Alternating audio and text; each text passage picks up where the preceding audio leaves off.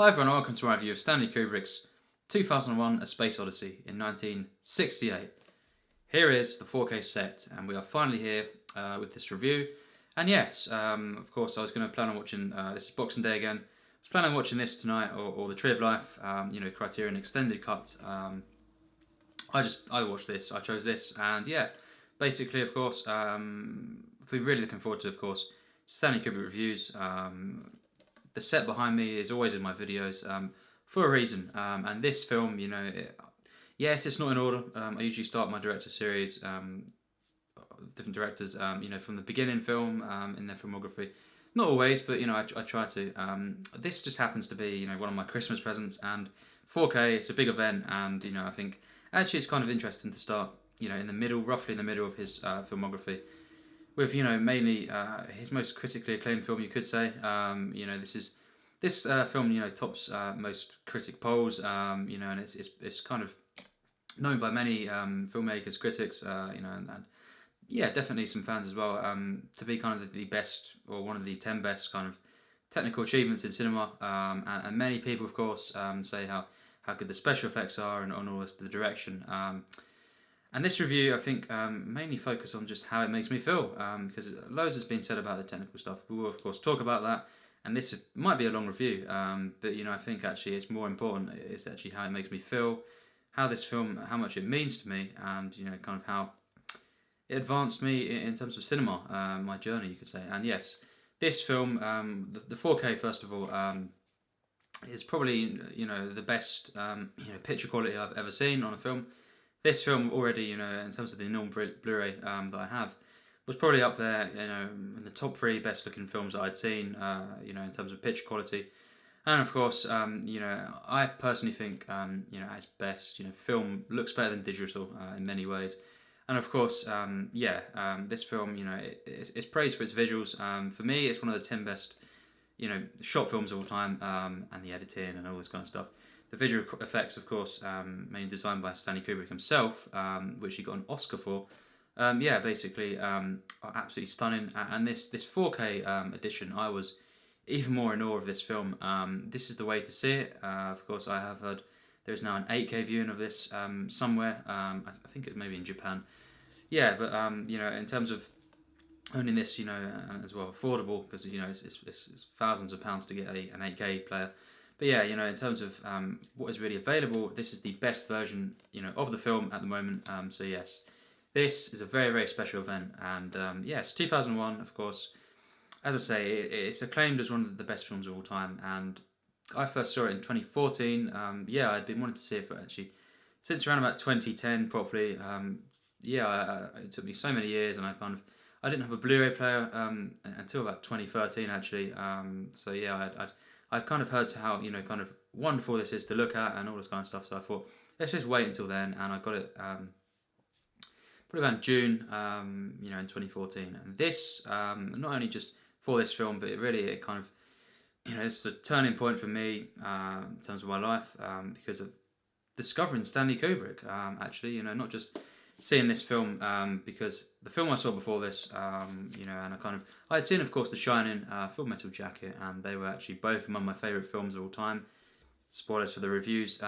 Basically, I love them, and they're the ones that you could say are most seen by, a general public, or at least shown more on TV and stuff. At least was back then. Clockwork Orange was banned for many, many years, and yeah, basically, it's definitely even more popular now. But yes, 2001 was one of the ones.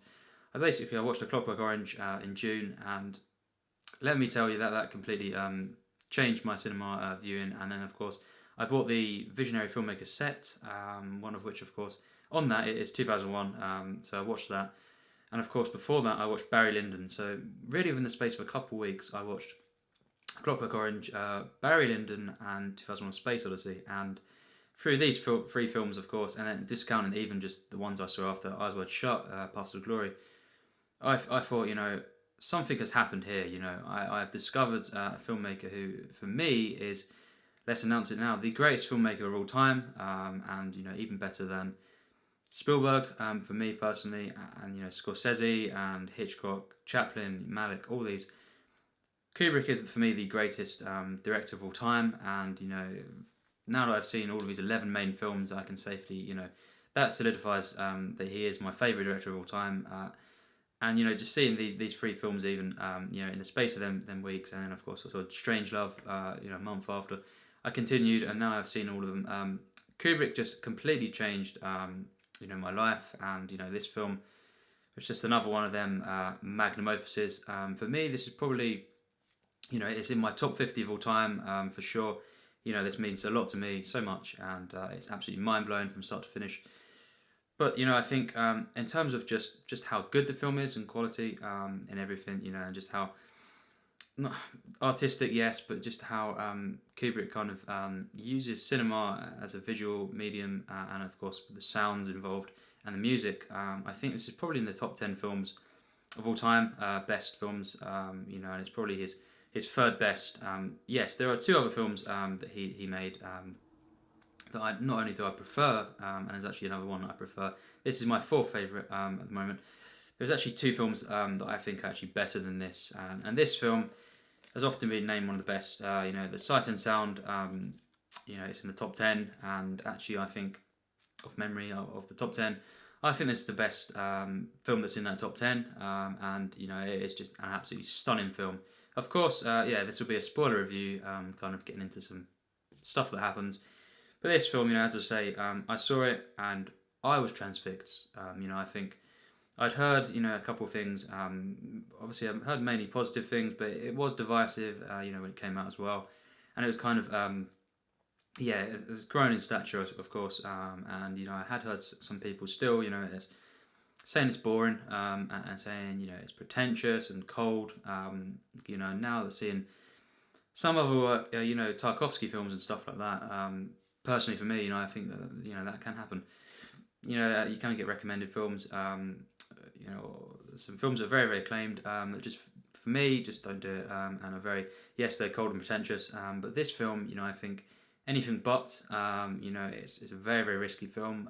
And of course, it has moments that are completely like you've never seen before. This experience really.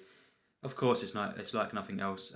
Mainly because Stanley Kubrick is not quite like anyone else. His mind, for me, it's just so different, unique. Kind of there's an intensity to his work, really.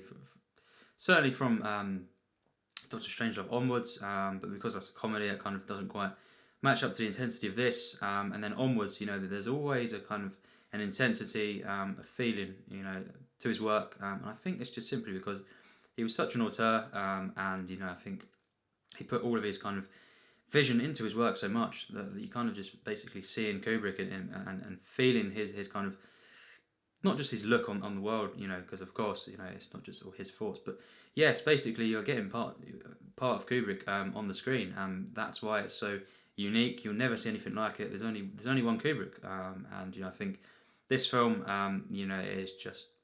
it is mind blowing, and there's always a kind of weirdness to it, but in all the best ways. Of course, this film, many people have said they don't quite understand it, and it's kind of four acts mainly. You've got the Dawn of Man, and then you've got some other parts, and then around the hour mark, is then the Jupiter mission. Dave Bowman, kind of the other guy there, Frank, basically. They are, given this mission, and of course things are very, very shady, and it's all mystery unfolding there. And then HAL 9000, of course, is on board, basically in charge of the ship, and then of course you've got the one after that, which is the trip beyond the infinite, and that of course is especially the one where people kind of, don't quite, at times don't know what's going on, and not always a fan of, and I think some people as well have said that they don't like this on the first viewing, and then they kind of grows on them. Well, let me tell you, it made it into my top 50 the first time I saw it, so that's not always the case. And actually, I do think if I saw this as a kid, less than 10 years old even, I definitely think I would have responded to quite a lot of this. Actually, I think it would have been one of them films, because as a kid as well, when I think back, I think visuals, music, editing, all this kind of stuff. It's stuff that really I responded to massively, and I think it's certainly the segments where there is all this massive grand the music, the spectacle, and everything. I definitely think I would have responded to it, and I think actually I think kids should see this. Maybe try it out and see how they respond. Definitely worth a try. But yes, this film, of course, as I say, a lot of people don't quite get it. I think it's actually the less you kind of think into it, the more it becomes clear. Of course, Kubrick never fully explained everything, and that's one of the great things about the film. It's so mysterious. Now, this film, of course, there's glimmers, there's alien life, of course, in the film, and the scientists and everyone, all the people, of course, as well. Floyd, Dr. Floyd, the stuff with him, they don't quite know what's going on, but they've had occurrences, signs that there's life. Basically, of course, you see the monoliths throughout the film, and basically, really, from what I gather, it's kind of what they give throughout the different stages. And this is, of course, a film about evolution. Different stages, including the dawn of man, as they provide knowledge and kind of insight, and of course, that kind of you can see very clearly that with the dawn of man, the ape scene, which is the sequence there, which is just one of the most mind blowing and just beautiful moments I've ever seen. Of course, they learn how to, of course, use things as weapons, tools, and of course, then they reign supreme and they evolve, and basically, you have the jump cut, which is, of course, one of the best moments in cinema. Of course, to the modern day, and of course, you see spaceships, and it's just a case of Kubrick showing, of course, how things have kind of stayed the same, but also evolved. And of course, it's just at times this is very, very simple if you just allow yourself to kind of view it, in a particular way. Looking into this film, actually, I think, too much kind of you maybe get confused more. I think actually there's a lot of simplicity to it, which is great. Very primitive at times, in the best ways. I think actually Kubrick, as I say, this is probably one of the 10 best films in terms of just what cinema can do, and also kind of relating to that simplicity in visual terms. I think he achieves mastery here, and of course, yes, the monolith. I think basically it does provide knowledge, and of course, with the trip at the end, it basically takes him through time itself. You could say it's very, very, of course, there's different interpretations, but really he becomes, of course, so advanced in the end from what he's shown and kind of, provided that it becomes this kind of he becomes reborn as a star child, which is referred to, and yeah, basically. You could say the innocence is brought back, and of course the kind of Kubrick shows many different things in this to do with technology and kind of how of course over time people will of course, which kind of has happened, become more and more kind of robotic, you could say, but not just that, and of course it does. I think the alien life, the monoliths and everything kind of bring Dave in particular back to this state of innocence, you could say. And basically, an all-knowing, all-seeing kind of form, as a star child.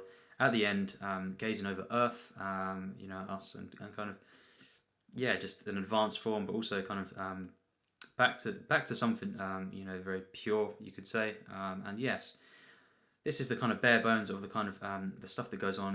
Kubrick explores evolution, and many different aspects.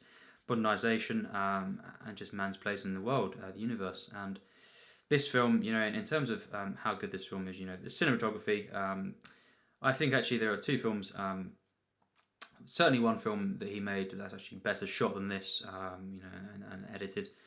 So I won't say what, I think we'll get to them. But yes, this film, in terms of visuals, the cinematography, top 10 of all time for me. Definitely. The editing, the same, top 10, and just as well. The way that the colours, you will never see a film where the colours appear in this way ever again, I don't feel. The palette in this film, and just the arrangement of colours for effect, and just feeling. It's wonderful, and of course it becomes more and more advanced as the film goes on, and of course the trip at the end, beyond the infinite, which for me is just one of the most mind-blowing things I've ever seen. It's just full of all different arrangements of colours, and perspectives, and yes, it is just absolutely stunning. I think the sharpness of this as well at moments is staggering. Of course, there's so much detail in this film. The 4K, really massively enhances everything I've talked about, the colours, and the sharpness, and just this film is beautiful. Most people can agree on that, and of course in 4K it's just even closer to what it was originally imagined. And the beauty of it is just even more so. Really, this film brings me to tears. From just how beautiful it is, but there's something deeper than that, of course. This film is so well shot. It's cinematic perfection. And it's, of course, it plays with the idea of a narrative. It's very non-linear. This is never going to be replicated. In cinema. And I think it is the most, you could say, one of the top 10 most unique films as well. But I think what this makes me feel very, very spiritual. Of course, many people talk about the kind of the technical aspects of the film, and of course just how kind of different this is. But I think really the reason why it's in my top 50 is because it's one of the most spiritual films I've seen, and it is, despite what some say, and everyone has their own opinions, but I find this a very, very warm film.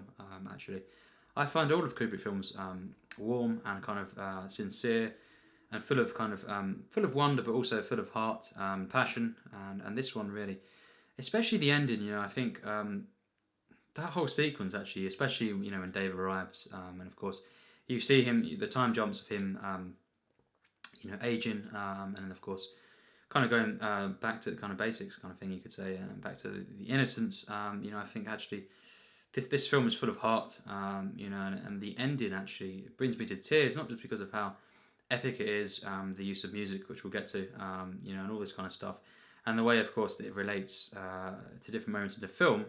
It's because of just how sincere that this message is, you could say, and kind of inviting us to kind of be with this, or be in this state, and it's just full of wonder, but it's a lovely ending for me. I think it's epic, it's massive, it's grand, but it is a beautiful, soulful ending, and you could say the same really about the whole film. Really, of course, it does, say many things about, of course, technology and everything, and just how technology can affect us negatively, and everything, and how it can, of course, how scary it is at times, how much kind of power we give to technology, but really, I think actually, it's the spiritual stuff in this film, as well, the messages from home, of the kind of astronauts, Dave and Frank, and just so many moments throughout the film that are actually just very, very human, actually. And then, of course, just the way it kind of has this infernal feel to it, and the way that the ending comes about, it just really is a comforting ending. And of course, the use of classical music. Now, of course, there was the composer that worked on, I believe, Spartacus and Strangelove, originally kind of made a score for this film, but Kubrick, kind of rejected that, and he kind of said he wanted to use, existing classical music, Zarathustra,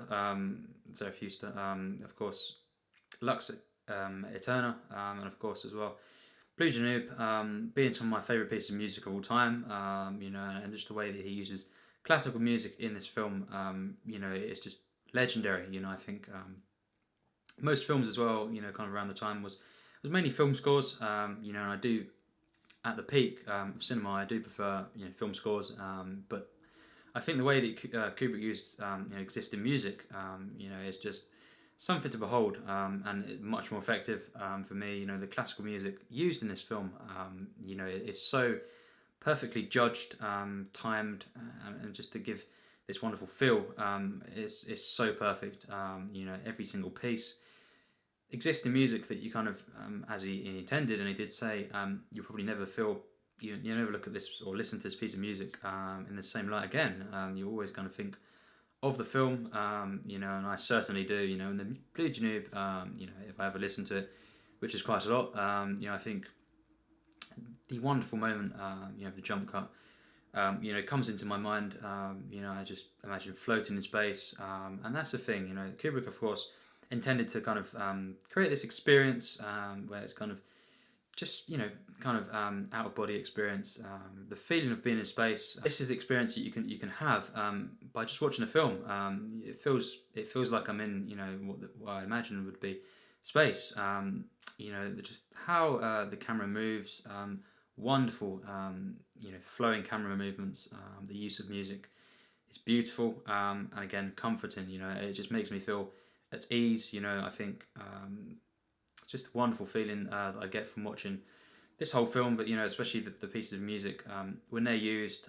It's just mainly visuals and music. This film is really beyond most films. And of course the visuals, the music, and all these segments, the operatic nature of the film could not be better. It's one of the best. And then of course you've got in the centre of the film parts where there's barely any music, and it's got one of the most, for me, engaging kind of, you could say, horror moments or sequences in film, and of course very, very human, and these characters who I actually really do love. A lot of people criticise the characters of Dave and Frank, and they say, Hal is the main star of the show.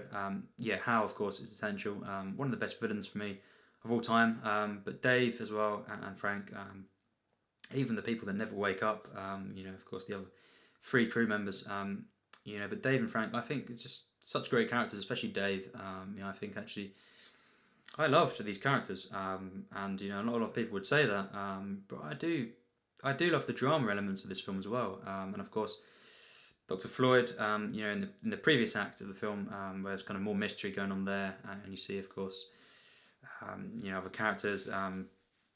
In that moment, I think the mystery was built up perfectly through dialogue, and of course you see the visual aspects before that, and it's just the perfect kind of hour setup, and then of course you've got this engaging and progressive, rising in tension, kind of almost hour of the film where it is really just, it's so engaging, this film, and then of course you've got the trip at the end.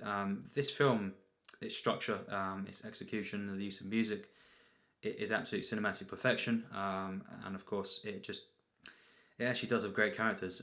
It's not just, for me, a technical film, and it's not just a visual one. It's perfect in every sense. The screenplay is wonderful. Some of my favourite lines in cinema, of course, the pod bay doors, that kind of scene there. A couple of moments from this film. I think Hal, for me, is definitely one of the greatest villains of all time. The way that that escalates, you kind of catch on to different things. To begin with, there's some stuff going on there, and you kind of, not everything is okay, kind of thing, an uneasy feel. And of course, the way it progresses, the tension, the use of tension in this film, of course, many uses of silence is there, and it's just genius, and it's intense, it's, many people say this film is boring, and boring is subjective, what boring is. I find some Tarkovsky films boring. I find, bad films boring where there's no compelling characters, but this film, it may be more gradual in its flow, and of course there's moments where there's no dialogue, which, I prefer visuals and music usually in film anyway, but, I think as long as there's great characters, dialogue doesn't, if there's less dialogue, that can usually mean, the film is better, but, of course, people say it's boring. For me, it's anything but. I think this is my 6th view now, and I cannot wait to rewatch it again, and it really, in terms of what makes a film boring, this does not, is not in the equation. It's not in the discussion, because I am transfixed. I am I'm so engaged in the characters, their mission, the mystery of it all, the kind of out of body kind of feeling that I get, the kind of existence of alien life, and just the whole mission, the mystery of everything in this film, and just the way that evolution is portrayed. There's no way I'm ever bored of this film, and it's just a wonderful, yes, as a gradual feel, but that, for me, that's better in the sense of this, because Kubrick creates the kind of feeling that you get in space, and just the way that this film flows makes it more and more spiritual. You know, I think if it had been more kind of loads of things happening and stuff like that, in a sense that many people mean, I think it wouldn't have been as good. You know, this film's majestic. It's kind of you know, restrained at times, but actually it gives me so much feeling that I think I actually prefer. You know, everything that Kubrick done in this film, I stand by. You know, I think this film is genius. You know, it's one of the very best films in cinema. You know, there's been times actually where, you know, you submit some lists to Empire and stuff like this, best films of all time. This was actually, you know, considered for what I'd call the greatest film ever made. That's how good this is.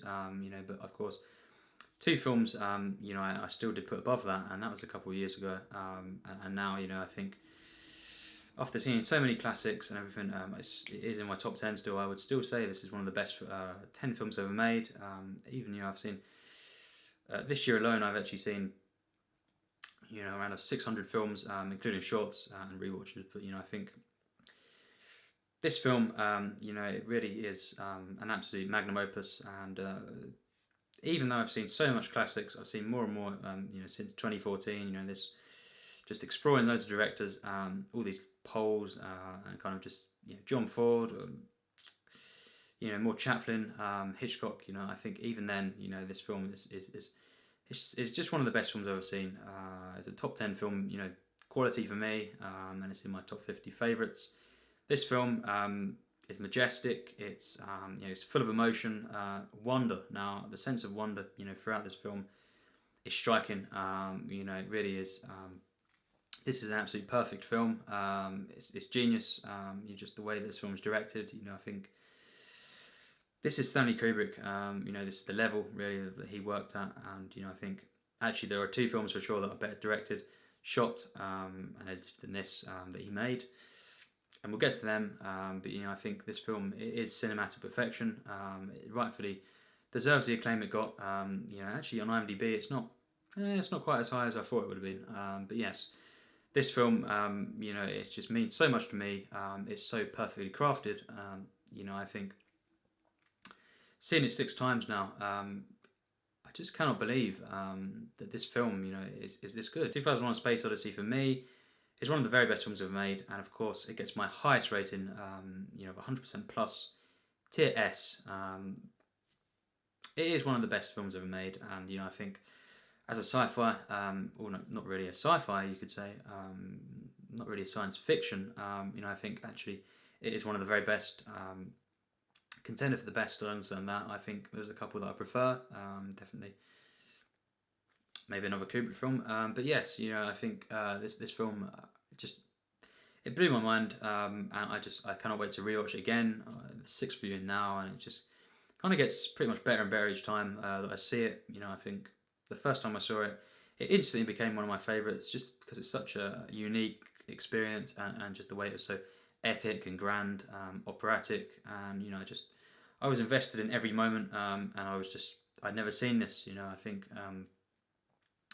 so unique, so thought-provoking, and so masterfully crafted, and it means so much to me, as I say, you know, on an emotional level, and in terms of just inspirational, you know, in terms of how creative it is, you know, in filmmaking.